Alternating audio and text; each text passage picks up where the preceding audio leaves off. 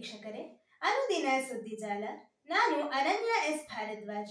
ಇಂದಿನ ವಿಶೇಷ ಸುದ್ದಿ ಪ್ರಸಾರ ವೀಕ್ಷಣೆಗೆ ಸ್ವಾಗತ. ಕರೂರು ಕಾಲ್ತುಳಿತ ಪ್ರಕರಣ, ಸಿಬಿಐ ತನಿಖೆಗೆ ಸುಪ್ರೀಂ ಆದೇಶ. ಕರೂರ್ ಕಾಲ್ತುಳಿತದ ಬಗ್ಗೆ ಸಿಬಿಐ ನೇತೃತ್ವದ ತನಿಖೆಗೆ ಸುಪ್ರೀಂ ಕೋರ್ಟ್ ಸೋಮವಾರ ಆದೇಶಿಸಿದೆ. ನ್ಯಾಯಮೂರ್ತಿಗಳಾದ ಜೆ.ಕೆ.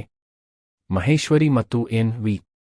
ಅಂಜಾರಿಯ ಅವರ ಪೀಠವು ತನಿಖೆಯ ಪ್ರಗತಿಯನ್ನು ಮೇಲ್ವಿಚಾರಣೆ ಮಾಡಲು ಮಾಜಿ ಸುಪ್ರೀಂ ಕೋರ್ಟ್ ನ್ಯಾಯಾಧೀಶ ನ್ಯಾಯಮೂರ್ತಿ ಅಜಯ್ ರಸ್ತೋಗಿ ನೇತೃತ್ವದ 3 ಸದಸ್ಯರ ಸಮಿತಿಯನ್ನು ರಚಿಸುವಂತೆ ನಿರ್ದೇಶಿಸಿತು. ಈ ಸಮಿತಿಯು ರಾಜ್ಯದ ಮೂಲದವರಲ್ಲದ ತಮಿಳುನಾಡು ಕೇಡರ್ನ 2 ಭಾರತೀಯ ಪೊಲೀಸ್ ಸೇವೆ ಐಪಿಎಸ್ ಅಧಿಕಾರಿಗಳನ್ನು ಸಹ ಒಳಗೊಂಡಿರುತ್ತದೆ.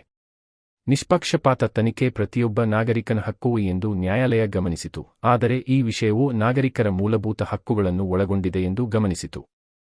ತನಿಖೆಯನ್ನು ಸಿಬಿಐಗೆ ಹಸ್ತಾಂತರಿಸುತ್ತಿರುವುದಾಗಿ ಮತ್ತು ಪಕ್ಷಗಳ ಕಳವಳಗಳನ್ನು ನಿವಾರಿಸಲು ಸಮಿತಿಯನ್ನು ಸ್ಥಾಪಿಸುತ್ತಿರುವುದಾಗಿ ನ್ಯಾಯಪೀಠ ಹೇಳಿದೆ.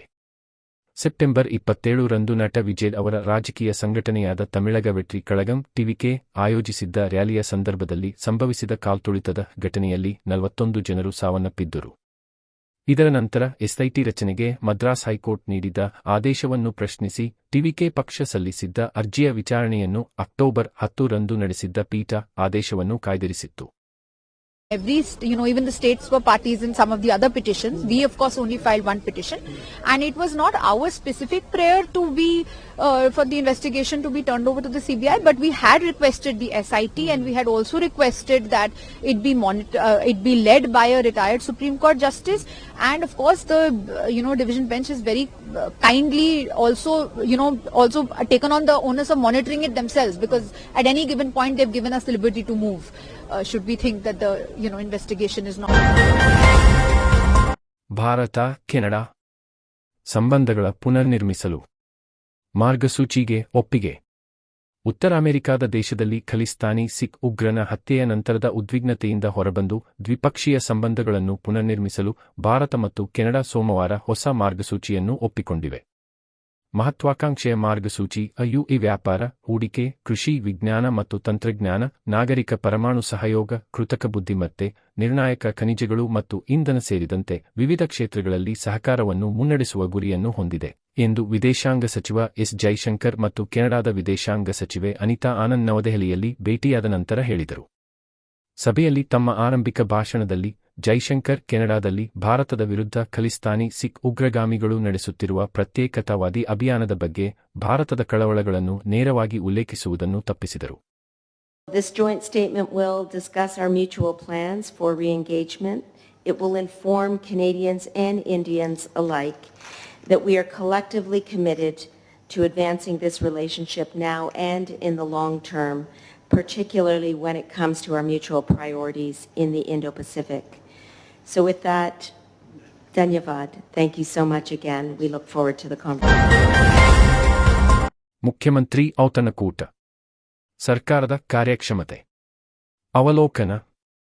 ಮುಖ್ಯಮಂತ್ರಿ ಸಿದ್ದರಾಮಯ್ಯ ಅವರು ಸೋಮವಾರ ಸಂಜೆ ತಮ್ಮ ಸಂಪುಟ ಸಹೋದ್ಯೋಗಿಗಳಿಗೆ ಔತಣಕೂಟ ಏರ್ಪಡಿಸಿದ್ದರು.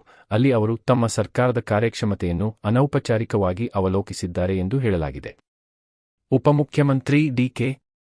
ಶಿವಕುಮಾರ್ ಅವರು ಸಿದ್ದರಾಮಯ್ಯ ಅವರ ಔತಣಕೂಟದಲ್ಲಿ ಭಾಗವಹಿಸಿದ್ದರು. ಇದು ಅವರ ಅಧಿಕಾರ ಹೋರಾಟದ ನಡುವೆಯೂ ಒಗ್ಗಟ್ಟಿನ ಪ್ರದರ್ಶನವಾಗಿತ್ತು. ಸಚಿವ ಸಂಪುಟ ಪುನರ್ರಚನೆಯ ಊಹಾಪೋಹಗಳ ನಡುವೆಯೂ ಈ ಔತಣಕೂಟ ನಡೆಯಿತು. ಮುಖ್ಯಮಂತ್ರಿಗಳು ಸಚಿವರೊಂದಿಗೆ ಅವರ ಖಾತೆಗಳ ಕುರಿತು ಸಾಂದರ್ಭಿಕ ಚರ್ಚೆ ನಡೆಸಿದರು ಎಂದು ಕಾರ್ಮಿಕ ಸಚಿವ ಸಂತೋಷ್ ಲಾಡ್ ಹೇಳಿದರು. ಸಾರಿಗೆ ಮತ್ತು ಮುಜರಾಯಿ ಸಚಿವ ರಾಮಲಿಂಗಾರೆಡ್ಡಿ ಅವರ ಪ್ರಕಾರ ಸಿದ್ದರಾಮಯ್ಯ ಅವರು ಗ್ರೇಟರ್ ಬೆಂಗಳೂರು ಪ್ರಾಧಿಕಾರ ಜಿಬಿಯ ಅಡಿಯಲ್ಲಿ 5 ಹೊಸ ಪುರಸಭೆ ನಿಗಮಗಳು ಮತ್ತು ಜಿಲ್ಲಾ ತಾಲೂಕು ಪಂಚಾಯತ್ಗಳಿಗೆ ಮುಂಬರುವ ಚುನಾವಣೆಗಳ ಕುರಿತು ಚರ್ಚಿಸಿದರು. ಮುಂದಿನ ವರ್ಷದ ಮಾರ್ಚ್ ಮೊದಲು ಜಿಬಿಯ ಚುನಾವಣೆ ನಡೆಯುವ ನಿರೀಕ್ಷೆಯಿದೆ ಎಂದು ರೆಡ್ಡಿ ಹೇಳಿದರು. ಸಿದ್ದರಾಮಯ್ಯ ಅವರು ಭೋಜನ ಕೂಟದಲ್ಲಿ ಸಚಿವ ಸಂಪುಟ ಪುನರ್ರಚನೆಯ ಬಗ್ಗೆ ಚರ್ಚಿಸಿದರು ಎಂಬ ವದಂತಿಯನ್ನು Reddy ತಳ್ಳಿಹಾಕಿದರು. We had both. When there was a menu of veg and non-veg, we had a great food. Very delicious food. General, it was a general, casual dinner that we all met. We greeted each other, spoke a little bit of things.